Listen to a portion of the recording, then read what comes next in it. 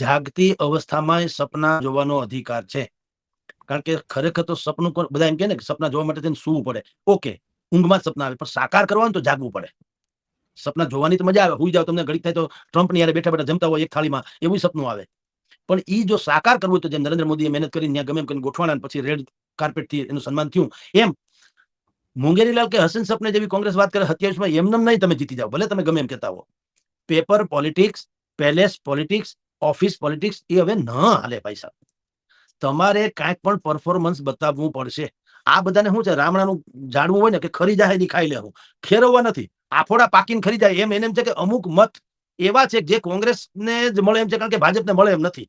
તો એ કે નહીં મળે મત તો ખરેલા છે રામણા તો અમારા, ઈ ચોરી ન ગણે. ખરેલા ગામડામાં જે રહેતો ને ખબર હોય, અત્યારે રાવણા જે કાળા જાંબુ, તો ઈ રાવણા કે ગામડામાં તો ઈ રાવણા તમે જે ખરી ગયેલા લ્યો તો એનો ખેડૂત જેના ખેતરમાં હોય ને એ પણ ખરી ગયેલા રામણા કોઈ વીણી જાય ને એને ચોર ન માને, કારણ કે ઈશ્વરે પોતે ખેરવી નાખે પાકી ગયા એટલે, જેનામાં જેને જરૂર જડે એ લઈ લે.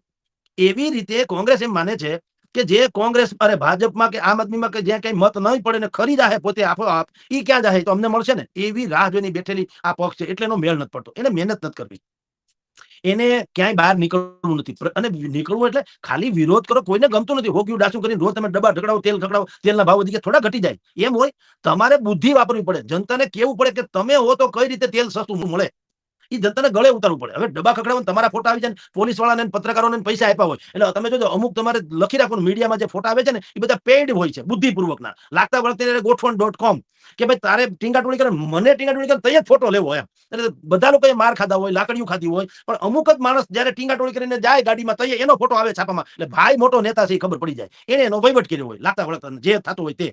એવું આ કોંગ્રેસનું છે કે ભાઈ ગમે એમ થાય તો મત તો બીજા તમારે આમ આદમીને કોંગ્રેસને ન આપવા હોય, અરે ભાજપને, તો પછી ક્યાં જાઓ, અમે તો છીએ ને. ઈ એની જે માનસિકતા છે એ તો એની નડે છે. નંબર 1, એની પાસે કોઈ ક્રિએટિવિટી નથી, કોઈ સારા ફેસ ચહેરો. મેં કીધું માયુસ ચહેરાથી લોકો કંટાળી જાય. તમે રોજ શિકાયત જ કરતા ફરો ભારતીય જનતા પાર્ટી, એમ એટલે કઈ પાગલ છે તો શું કામ લોકો એને મત આપે છે, તમે સમજી લો. હા એમ ન હાલે, ક્યાંક કોકની વખાણ તો કરો, ક્યાંક સારું તો થતું છે કે નહીં. આપણે સર્જિકલ સ્ટ્રાઇક કરી તો સારી જ કરી છે કે નહીં, આપણે પહેલગામના હુમલા પછી જે કર્યું છે સારું તો કર્યું છે. ક્યારેક સરાહો તો કોકની કોકને એમ લાગે કે આ માણસ જેન્યુઅન વાત કરે છે, જે સાચું હોય કરવું જોઈએ. શત્રુના વખાણ હોય તો કરવા પડે સાહેબ, સમજી લો.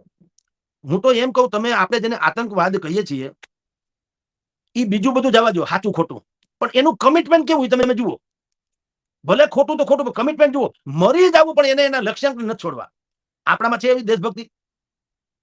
ઈ આતંકવાદ માટે તેને કમિટમેન્ટ છે, તમે હું દેશભક્તિ માટે કઈ એવા કમિટમેન્ટ નથી. આપણે બસમાં બેહીએ તો એમાંથી રૂ કાઢી લઈએ. આપણે હારી કોઈ બસ પોર્ટ કે એમાં કોઈ પણ હારી ઇમારત નવી બની પાન ને ફાકીને માવો ખાઈને થૂકીએ. આપણે રોડ રસ્તામાં તમે જો છે કઈ કોઈ જાતની આપણામાં નાગરિકી ફરજ છે કે ભાઈ આ આપણું છે ને, અહીંયા પ્રધાનને તો આ બસમાં આવવું નથી, આ લિફ્ટમાં તમારા મારા જેવા માણસ ચડે છે, પાન ફાકી થૂકો નહીં, બધામાં ખરાબ થઈ જાય તો સફર તો આપણે કરવાનું છે. ઈ નથી આપણામાં. એટલે કોંગ્રેસમાં ઈ ડખો છે. તમને આપણે વાત ઈ કરીએ કે કોંગ્રેસને બેઠે બેઠા જો મત મળતું હોય ને તો જીતી જવું છે, ઈ એની માનસિકતા બદલવી પડે એમ છે. સાહેબ એમાં એવું છે, કોંગ્રેસ પાસે અત્યારે કાવડિયા નથી, ઉપરથી ક્યાંય આવતા નથી, હેઠેથી ક્યાંય જતા નથી, તો કરવું હું. એટલે હવે એવા જાડા નરને જોઈને ઓલા સૂર્ય ચડાવો જેમ છે અંદર નગરી ગંડુ રાજા એના જેવું, એવા કોઈક વ્યક્તિની શોધમાં છે કે જેનું પાછું પોલિટિકલી વિઝન ને વજન બે હોય, અને ક્યાંક કાવડિયા આપણને જોઈએ એવા. કારણ કે કાર્યક્રમો મફત થતા નથી હોતા. હવે એ જમાનો વયો ગયો સ્વયંભૂ વાળી. હવે બધી જ જગ્યાએ નરેન્દ્ર મોદીની સભામાં પણ કમિટેડ લોકોને બુદ્ધિપૂર્વક લાવવામાં આવે છે. નથી એસટી ના રૂટ બધા બંધ કરી દે છે ને 2000 બસ ફાળવી દે છે ને, એ બધું શું છે ગોઠવણ.com. અને ફૂડ પેકેટ બનાવવાનું એ સામાજિક સંસ્થાઓ હોય એને ધૂંબો, ભાઈ 2000 ફૂડ પેકેટ બનાવી દેજો, તો ઓલો કે હો તારી તેરી બી ચૂપ મેરી બી ચૂપ. આ બધી જ ગોઠવણ.com. ક્યાંય સ્વયંભૂ નામે કોઈ ચીજ છે નહીં. એટલે કોંગ્રેસ જે છે એ માને છે કે કોઈક એવો માણસ આપણને મળે પ્રમુખ તરીકે, એક તો એનું વજન ને વિઝન બે હોય. લલિત ગગથરા છે, ભાઈ વીરજીભાઈ ઠુમ્મર છે, આવા બધા કેટલાક છે લોકો, એના કઈક તો પાટીદાર છે, થોડાક વજનદાર માણસો છે, એની આબરૂ છે, સાખે છે, આવડતે છે, અનુભવે છે, અને કાવડિયા પણ મેનેજ કરી શકે એમ. અત્યારે કોંગ્રેસમાં સૌથી મોટું નામ, સૌથી આગળ ચાલતું હોય એવું નામ છે વીરજીભાઈ ઠુમ્મર અમરેલીના. કારણ કે એમાં હજી ક્વોલિટી છે એમ કે વિઝન વજન વાળી બધી વાત છે. અને એ ઉદ્યોગ ગૃહોને કે બીજા કોઈ સારા ઉદ્યોગકારોને એની પાસેથી પોતાની શાખથી પણ અને થોડીક મેનેજમેન્ટ ફંડનું કરી શકે એમ છે. એટલે એનું નામ છે. બીજું એક નામ છે લાલજીભાઈ દેસાઈ, પણ એનું નામ ચાલે છે, જે એક્ટિવિસ્ટ છે ને સંગઠન સેવાદળ ચલાવે છે. એ થાય તો સંગઠનના મહાન પેલા સારા ગણાય, પણ લોકોને એવી મગજમાં છે કે જે એક્ટિવિસ્ટ હોય ને આવા ચળવળકારનું માનસિકતા વાળા, એ સમાધાન કઈ કરતા નથી હોતા. જ્યારે કે લીડર બનવું હોય તો તમારે કેટલીક જતું કરવું પડે. જો તમે બહુ મોટા શેઠિયાને પૂછજો, એ તમે કહેશે કે ભાઈ તમારે અહીંયા જેટલો ખર્ચો થાય છે કંપનીમાં, એ ખરેખર ખર્ચો થાય છે કે એમાં કટકી થાય છે? એને ખબર હોય કે કટકી થાય છે. ₹1,00,000 10,000 રૂપિયા કોઈ ખાઈ જાય છે એને ખબર હોય. પણ એ કે વાંધો નહીં, 90,000 કમાઈને દે છે ને ભલે 10 ખાઈ જાતો, ઈ શેઠિયા થાય. આપણે શું કરીએ, આ ચળવળકારો શું કરે, 10,000 ને પકડી રાખે. તે કેમ પૈસા ખાધા, પૈસા ખાધા. તમે કાઢી મૂકો એટલે શું થાય? 90,000 બંધ થાય. 10 તો ગયા, પકડાઈ ગયા, કાઢી મૂક્યા. ઓલા 90 આવતા હતા એ બંધ થાય. કારણ કે એ ચળવળકાર છે. ચળવળકાર સમાધાન ન કરે. લીડર કરે. લીડર સમજે કે આમાં થોડું ઘણું હોય. અહીંથી તમે ગમે એટલું ફંડ ભેગું કરીને ઓલી ₹5 ઓછા કરીને મોકલો તો ઓલા લોકોને ખબર હોય કે મળ્યા છે 15 લાખ, આવ્યા 10 તો 10 તો 10, આવ્યા તો ખરા 5, ભલે ભલાણા ભાઈ ખાઈ ગયા એમ. એટલે ઈ લીડર હોય છે. એટલે અત્યારે જે છે 2-3 નામમાં સૌથી આગળ નામ વીરજીભાઈ નું છે. બીજું નામ મેં કીધું એમ શૈલેષ પરમાર નું નામ ચાલે છે, જે અત્યારે કાર્યવાહ છે. ઓળિયો ગોળિયો શક્તિસિંહ નાખીને વયા ગયા ઈ. પણ એના વિશે કહેવાય છે કે ભાજપની બી ટીમ છે. ઘણી બધી ચર્ચા થઈ શકે, સમય અભાવે નથી કરતો. પણ 2-3 નામમાં અત્યારે સૌથી આગળ વીરજીભાઈ ઠુમર નું નામ ચાલે છે. અમારે ત્યાં રોડમાં ખાડા ને એવું નથી, ખાડામાં રોડ છે. અને ઈ નૈતિકતાની ખામી છે. અમારે ત્યાં 2-3 રોડ તમે જેને ગૌરવ પથ કહેવાય છે, કાલાવડ રોડ, ગૌરવ પથ. ન્યૂ રાજકોટમાં ગયા પછીના રોડ જવાનો નહીં. શું કામ? જ્યાં શાસક પક્ષ અથવા તો તાકાતવાર વાળા માણસો એની જ્યાં સાઇટો ચાલે છે અથવા તો ભવિષ્યમાં જ્યાં સાઇટ બનાવવાની છે, ત્યાં રોડ હારા છે. પણ જ્યાં જનતાને ચાલવાનું છે, રોજે રોજ સ્કૂલે જવું છે, હોસ્પિટલ જવું છે કે બીજું કાંઈ પણ, ત્યાં કોઈ જાતની વ્યવસ્થા નથી. કારણ કે શાસક પક્ષમાં નકરી આ જ પરિસ્થિતિ ચાલે છે. આપણે નવો રિંગ રોડ કાઢો ને અહીંયા હું તમે માનો છો નવા રિંગ રોડ કાઢી કઈ શહેરના કહેવાય હું શહેરના વિકાસમાં? શહેરનું કઈ હરામ ભરો વિકાસ. શહેરનો વિકાસ થાય એ પહેલા તો ત્યાં નવા રિંગ રોડ જ્યાં નીકળવાના હોય ત્યાં સૌથી પહેલા જમીનો ખરીદા જાય. પાણીના ભાવે જમીન ખરીદી લે. કારણ કે અત્યારે એ વગડો ગણાય. અત્યારે વગડો ગણાય એટલે ખેડૂતને શું કે ભાઈ અહીંયા તમે પડ્યા છો, આનું શું આવે? ઓલો કે ભાઈ શું કરીએ, કે લાવો લવડાવી લઈએ, સસ્તા ભાવે લઈ લે. પછી કે અહીંથી 150 ફીટ રિંગ રોડ નવો નીકળે છે એટલે પછી થઈ ગયું કરોડો રૂપિયાની આસામી. એટલે જ્યાં શાસક પક્ષ અને તાકાતવાળા, પછી ભલે વિપક્ષમાં હોય, આ બધા હપીને ખાય છે. એટલે કહું છું શાસક વિપક્ષ બંનેનું કહું છું, જ્યાં તાકાતવાળા લોકોની સાઈડ ચાલતી હોય, જ્યાં નવા એ લોકો ઇમારતો બનાવવાના હોય, એવું બધું હોય, ત્યાંના રોડ હારા થાય છે. બાકીના બધા જનતા જેને કહેવામાં આવે છે એનું બિચારાનું કોઈ કાંઈ હોતું નથી. એટલે રોડ ખરાબ થાય છે.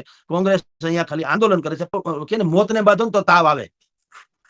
હું અત્યારે કાંઈ પણ બોલું, ધારો કે નરેન્દ્ર મોદીને પડકાર ફેંકું એટલે બીજું કાંઈ નહીં, કમસે કમ વધી જાય. હવે CR પાટીલ થી મોટો અત્યારે આમ જુઓ તો પોલિટિકલી ગુજરાતમાં કોઈ છે નહીં. આપણે જાણીએ છીએ મુખ્યમંત્રી છે પણ એ બિચારા મૃદુ છે. મક્કમ તો CR પાટીલ છે. આખું જે મૃદુ ને મક્કમ સમીકરણ છે ને એ જુદું જુદું છે.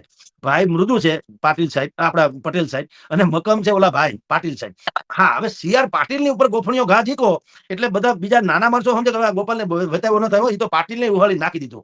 એટલે ઈ ખેલ એને નાખ્યો કે તમારા ત્રેવડ હોય તો બીજાને તમે ખરીદી લ્યો અને ખરીદીને પાછા તમે એમ કે ચૂંટણી પેટા ચૂંટણી કરાવી લ્યો.